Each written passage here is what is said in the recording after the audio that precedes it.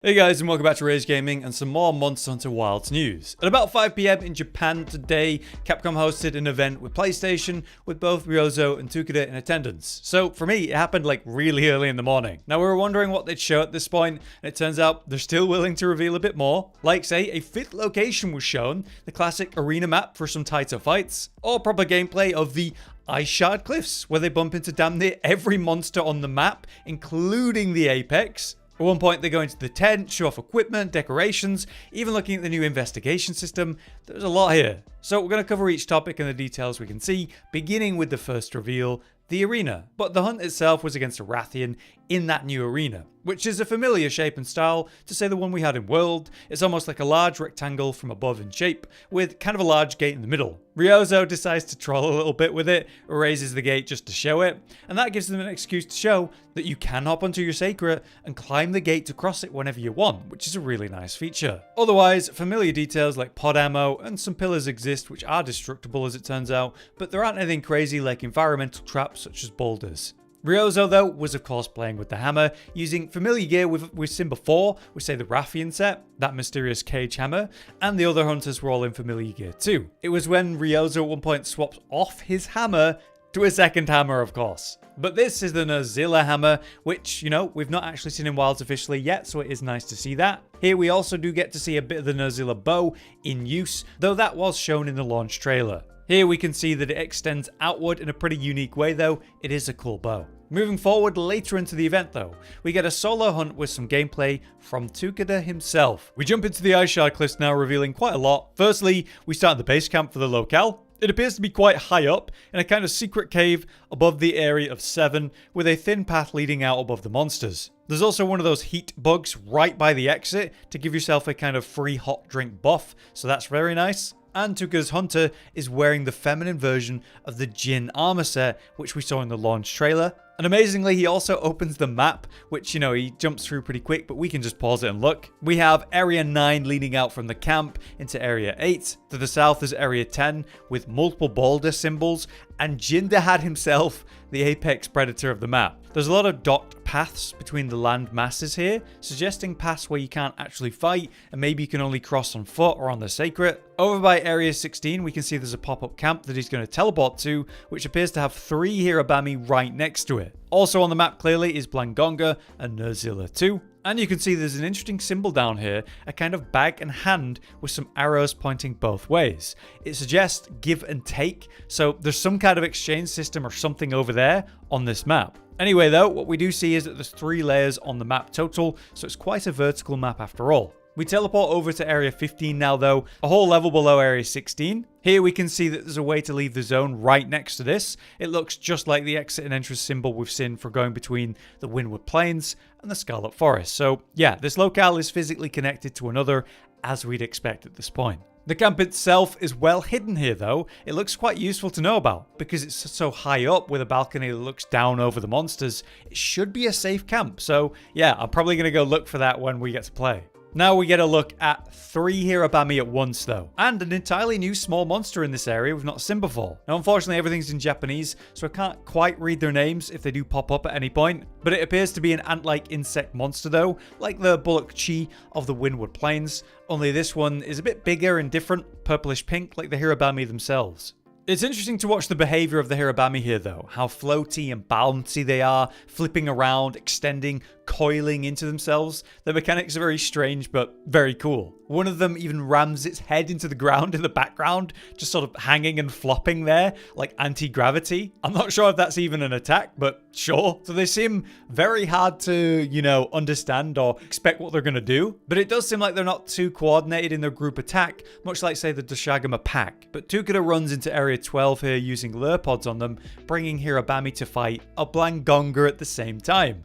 This is also our first proper look at the smaller Blangos, which is cool, and we get to see the turf wall. Blangonga backs up and then leaps forward powerfully to grab the pincer tail of Hirabami, grabbing it and slamming it down to the ground. This was so clearly in Blangonga's favor that it might actually suggest that Blangonga is the stronger monster between them. But now the fight with Blangonga begins, our first real gameplay of that beyond just a tiny clip. He has a frost breath attack, which Tukida quickly guards against, strong forward moving punches that seem to drag it forward with them, classic backwards hop kicks of this monster type, and he does rip up the earth and throw boulders too. At one point, he manages to actually freeze the hunter with some ice breath though, and thankfully it turns out you can free yourself from this effect using a consumable. Maybe that was a cleanser. This then follows into a clash, which looks great with the greatsword here. Blangonga presses both palms into the hunter, while also at the same time trying to bite at them.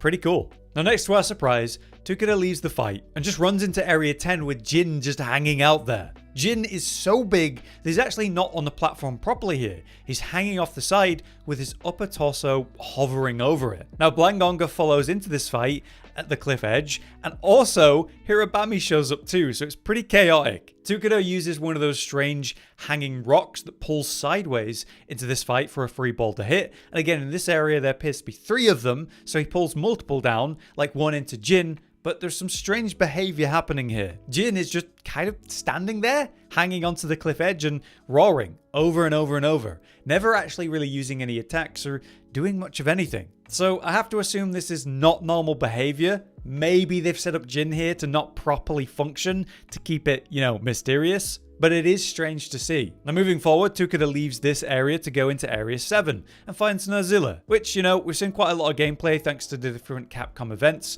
that happened in January. We ourselves were lucky enough to play that early, and we have some videos on that experience if you're interested. But it's quite funny here though, a mount happens which knocks down Nerscylla, and then the Hirabami ignore the hunter and just go to town on this poor exposed Nerscylla. Maybe they really hate it. Tukida then moves up to Area 8 though, where we see a familiar area from the trailers. And in the background, there's a lot of floating rocks just hanging there. It is a very strange detail of this locale. Something is very much off about the gravity here. So maybe we'll see some of that in different places. Anyway, Tukida shows the mending mantle during this, which we've already seen thanks to Joe and Jono recently when they did a hunt against Nuudra for a stream. Basically, it heals you over time while you're wearing it, so it seems really useful. Tukida then leaves and goes back to a pop-up camp, entering the 10. And now we get a look at the different equipment menu, which is pretty crazy. We see some of the skills for this Jin set, but of course it's all in Japanese. The icons show familiar stuff like this red sword could be maximum might. There's a new icon of a powered up character with fire behind it. Familiar defensive shield icons, but I wouldn't be able to tell more than that right now. What I'm more interested in is the fact that he shows us the decoration system, which as you can see can be extended into its own menu to focus on that. And from there you can choose from the list of decorations of the right size for the correct slot sizes. We see this short list of options they have from this defensive decoration list, but then they look at offensive options as well, which is of course a different list. As we know, they've separated offensive slots and defensive slots from each other. So say something like attack boost or crit eye, that'll probably only go into your weapons now, whereas things like divine blessing, which is entirely defensive, you'll only be able to put that in your armor. That's what I would expect. But maybe you should check out the Reddit later today. Maybe someone's been able to translate this whole section for us. There's a lot of skill information there that obviously we can't wean right now. But while we're here, we do get to look at a cute animation play out between the hunter and the palico. It highlights the Jinda had palico armor set, which is essentially like a royal princess in design. Now, finally, they go on to talk about something different, some features of the game, like the investigation system. We kind of had access to a form of that in the beta, but this is the real deal. As you can see, by targeting this Rathian, there are specific rewards you can see beforehand. 2 random decorations, some monster materials, and these things. They're rarity 5, and it has multiple symbols on it like an RNG roll of those. I used a program to take a picture of this and try to translate it, so take this with a grain of salt, but this is what came out. Wounded weapon fragments, which we will appraise, like you'd find decorations here, and then you'd appraise them to find out what you actually got. So there's something similar with weapons here. It says hurt and sore, so I'm not sure what that means, but parts of old weapons that you need to appraise. So yes, they are weapon parts, which we must use for something, but you get a lot of them for this investigation, 9 at once. as an entirely new system. I also used the translation tool to try to learn more about the text at the bottom on this page, and it came up with this. In the upper environment, the conditions of the field, such as monsters that appear and the weather, change from moment to moment. In the upper environment, additional rewards for field investigation quests are also unlocked. Upper environment is probably something like high rank. The next line says take a look at the map, check out the monsters and the rewards, and that might decide what you're going to do. But also it says by taking a break in a simple camp, you can change the environment and time of day of the field. So that suggests you could go to a pop-up camp, or base camp I guess, and change the environment at the time of day, refreshing it. Therefore, a rest feature does exist, and so we'll be able to control the time of day at least, and seemingly maybe also the weather, which is really nice to know for those of us who might just want to play in the time of plenty. Lastly though, I should say this Rathian is highlighted in purple. It looks like a tempered Rathian, meaning that system may be back from World directly. When I translated the monster description, it didn't tell me a lot of information, but it did call this Rathian a veteran individual, which is essentially a tempered monster. So quite a lot to take from one image. They do go on to show that making this a quest you save, like an investigation is done, and it does seem to cost points to do that, but it lets you set up the quest to go do when you're ready. But that is everything they shared and what I was able to learn. I do think we could have learned more if I just happened to also speak Japanese and could explain what they've said from their audio explanations, where I'm sure there's lots more detail. So, you know, maybe someone out there will do that and we'll get more information from this. But this was still useful to look at for me. For now then, I've been Hollow, you've been you, and thanks for watching.